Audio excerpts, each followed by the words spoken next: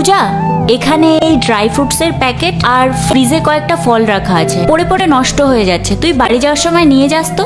কিন্তু দিদি, দাদা তো এগুলো কালকে নিয়ে এসেছে, একদম তাজা আছে। তোকে যতটা বলেছি ততটাই কর না, আর বাড়ি যাওয়ার সময় স্যালারিটা নিয়ে যাবি। স্যালারি? কিন্তু কেন দিদি? কারণ আমি নতুন কাজের লোক রাখছি, তোকে দিয়ে আর কাজ হবে না। কেন দিদি? কারণ তুই প্রেগনেন্ট।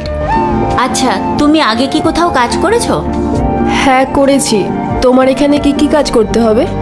সব করতে হবে, বাসন মাজা, ঘর পরিষ্কার করা, ঘর পোছা, কাপড় কাচা, সব। আর রান্না করব না? রান্না?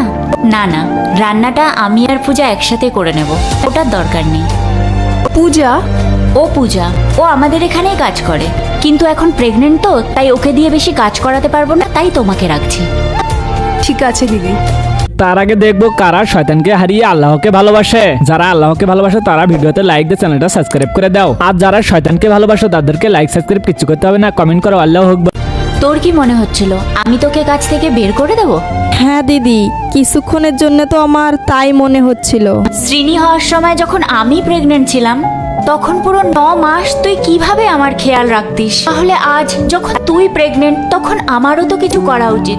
আমি পুরো ঘরের কাজ তোকে দিয়ে কি করে করাই? তুই কোনো টেনশন করিস না, আমি আছি। তোর কোনো প্রবলেম হলে তুই আমাকে বলবি।